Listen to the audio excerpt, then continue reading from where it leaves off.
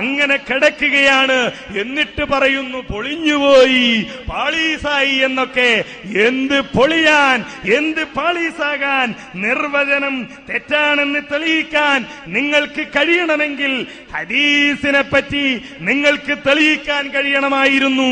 അത് ഇസ്തിഗാസക്ക്, പ്രാർത്ഥനക്ക്, പ്രാർത്ഥനയല്ലേ തർക്കം, അപ്പൊ ഇത് പ്രാർത്ഥനയാണ് എന്ന് പറഞ്ഞതിന് തെളിവുദ്ധരിക്കണം. നിങ്ങൾ പ്രാർത്ഥനയാണെന്ന് പറഞ്ഞാൽ അത് പ്രാർത്ഥനയാവില്ല. നിങ്ങൾ പ്രാർത്ഥനയാണ് എന്ന് പറഞ്ഞാൽ കഴിയില്ല. കാമ, ഞാൻ പറഞ്ഞില്ലേ, ഹദീസിലെ കാമ എന്ന പദം ആരാ ഫായിൽ? ആര് നിന്നാൽ, ആര് വന്നാൽ, ആര് ചോദിച്ചാൽ ലൗജീബന്നഹു, ആർക്ക് ഉത്തരം ചെയ്യും? പറയണ്ടേ? നൗഷാദ് ഹസനി വിളിച്ചാലെന്നാണോ? അതല്ല ഫൈസൽ ഹസനി വിളിച്ചാലെന്നാണോ? കേരളത്തിലെ സമസ്തക്കാര് വിളിച്ചാലെന്നാണോ? ഖിയാമത്ത് നാൾ വരെയുള്ള മുഴുവൻ മുസ്ലിങ്ങളും വിളിച്ചാലെന്നാണോ?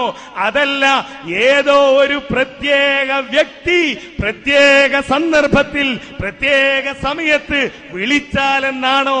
പറയണം. നമുക്കിനിയും ചർച്ച ചെയ്യാം. നിങ്ങൾ വരണം. ഒന്നുറിന തെളിവല്ലെന്ന് ആളുകൾക്ക് മനസ്സിലായി. ആദം തെളിവല്ലെന്ന് സമൂഹത്തിന് ബോധ്യപ്പെട്ടു. ഇപ്പോഴോ കാമ, എന്റെ ഖബറിന്റെ അരികിൽ വന്ന് വിളിച്ചാൽ. അതാ ഞാൻ ചോദിച്ചത്, എന്റെ ഖബറിനരികിൽ പരിമിതമായി ലോകത്തുള്ള എല്ലാ മുസ്ലിങ്ങളെ പറ്റിയുമാണോ? ആണെങ്കിൽ റസൂലിന്റെ ഔദാര്യം ഖബറിനടുത്ത് ചെല്ലുന്നവർക്ക് മാത്രമാണോ? ലോക മുസ്ലിങ്ങളെ പറ്റിയല്ല, ഉമ്മത്തീങ്ങളെ പറ്റി മുഴുവനല്ല. അതാ കാമ എന്ന് പറഞ്ഞത്. അത് ഞാൻ ഇൻഷാ അല്ലാഹ് ഉച്ചയ്ക്ക് ശേഷം നമുക്ക് ആ മത്തിന് കൂടി വായിക്കാം. ഇപ്പോൾ ഞാനത് വായിക്കുന്നില്ല. അതുകൊണ്ട് തന്നെ പ്രമാ മുജാഹിദുകൾ പറഞ്ഞ ആ പ്രാർത്ഥന അത് പൊളിഞ്ഞിട്ടില്ല, ഇപ്പോഴും അവശേഷിക്കുന്നു. ആ പ്രാർത്ഥനയാണ് അല്ലാഹു പറഞ്ഞ ഇന്നമാ ദുഉ റബ്ബി എന്ന് പറഞ്ഞ ദുആ. ആ ദുആണ് ഫലാ തദഉ മഅല്ലാഹി അഹദ എന്ന് പറഞ്ഞ ദുആ. ആ ദുആണ് ഉദുനി അസ്തജിബ് ലക്കും എന്ന് പറഞ്ഞ ദുആ. ആ ദുആണ് വമൻ അളല്ലു മിമ്മൻ യദഉ മിൻ ദൂനില്ലാഹി എന്ന് പറഞ്ഞ ദുആ. അല്ലാഹു അല്ലാതെ മറ്റാർക്കും ഉത്തരം ചെയ്യാൻ കഴിയില്ല. ആറ്റാരോട് പ്രാർത്ഥിച്ചാലും പിഴച്ചു പോകും. ഈസാ നബി പെടും, ഉസൈർ പെടും. മുഫസ്സിറുകൾ വ്യാഖ്യാനിച്ചു, അവർക്കും കഴിയില്ല, ഒരാൾക്കും കഴിയില്ല എന്ന്. ഞാൻ എന്റെ വകയായല്ല പറഞ്ഞത്, മുഫസ്സിറുകൾ പറഞ്ഞ ന്യായവും തെളിവും ഉദ്ധരിച്ചുകൊണ്ടാണ്. അപ്പോ ഇല്ലത്ത് പറയണമെന്നല്ലേ ചോദ്യം? പറഞ്ഞു. ഞാനല്ല, നിങ്ങൾ തന്നെ പറഞ്ഞു. അതൊന്ന് വായിച്ചു നോക്കിയാൽ ബോധ്യപ്പെടും. ഞാൻ പറഞ്ഞ കാര്യങ്ങൾ ഒന്നും തന്നെ 3 വിഷയങ്ങൾ. 1 ഇസ്തിഗാസക്ക് തെളിവാണെന്ന് പറയണം. 2 ന്യൂനതയുണ്ടെന്ന് ഞാൻ പറഞ്ഞു. ഞാൻ പറയുന്നു ഇപ്പോഴും ന്യൂനതയുണ്ട്. ആ സനദുകൾ മുഴുവൻ വായിച്ചാൽ ഏത് സനദിലാണ് ന്യൂനതയെന്ന് ഞാൻ പറയും. 3-മത്തേത് അതിന്റെ മത്തിനുകൾ വായിക്കണം. അതും ഇവിടെ വായിച്ചിട്ടില്ല.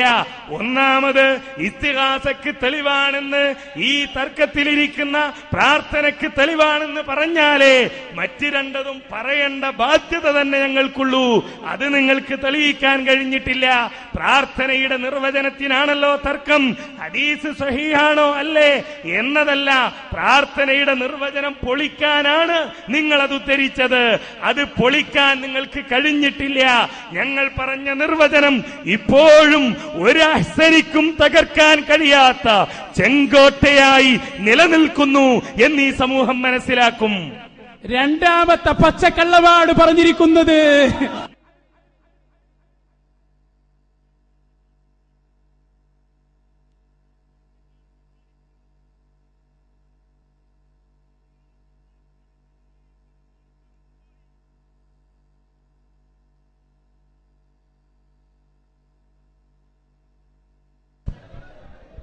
ഇവിടെ വായിച്ച കിതാബുകളിൽ വല്ല സംശയങ്ങളുമുണ്ടെങ്കിൽ, വീണ്ടും അത് വായിക്കേണ്ട ആവശ്യവുമുണ്ടെങ്കിൽ സദസ്സ് നിശബ്ദമാവണം. സ്റ്റേജും സദസ്സും നിശബ്ദമാവണം.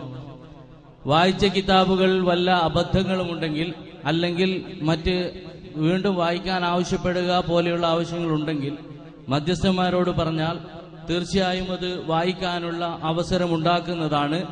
ഇൻഷാ അല്ലാഹ് അതിനുള്ള വേദി മധ്യസ്ഥന്മാർ ചർച്ച ചെയ്തുകൊണ്ട് ഇവിടെ ഉണ്ടാക്കി തരുന്നതാണ്. അതിനു മുമ്പ് സദസ്സ് നിശബ്ദമായിരിക്കണമെന്ന് പ്രത്യേകം ഉണർത്തുകയാണ്.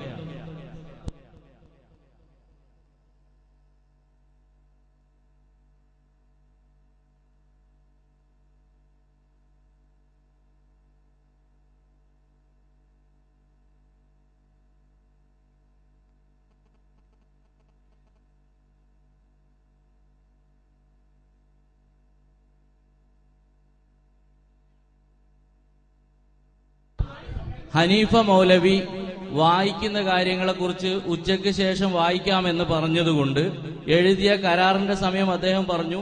ഇൻഷാ അല്ലാ കരാർ അനുസരിച്ച് അടുത്ത പരിപാടി ആരംഭിക്കുന്നത് അത് വായിച്ച് ക്ലിയർ ചെയ്തതിന് ശേഷമായിരിക്കും. ഇപ്പോ ഇവിടെ ചോദിച്ച സംശയം വായിച്ച് തീരുമാനിച്ച് തീർച്ചപ്പെടുത്തിയതിനു ശേഷമാണ് ഉച്ചയ്ക്ക് ശേഷമുള്ള അടുത്ത സെഷൻ ആരംഭിക്കുന്നത്. 1:45 അടുത്ത സെഷൻ ആരംഭിക്കുന്നതാണ്. എല്ലാവരും ഭക്ഷണം കഴിച്ച് നിസ്കാരം കഴിഞ്ഞ് പെട്ടെന്ന് തിരിച്ചു വരണമെന്ന് അഭ്യർത്ഥിക്കുന്നു.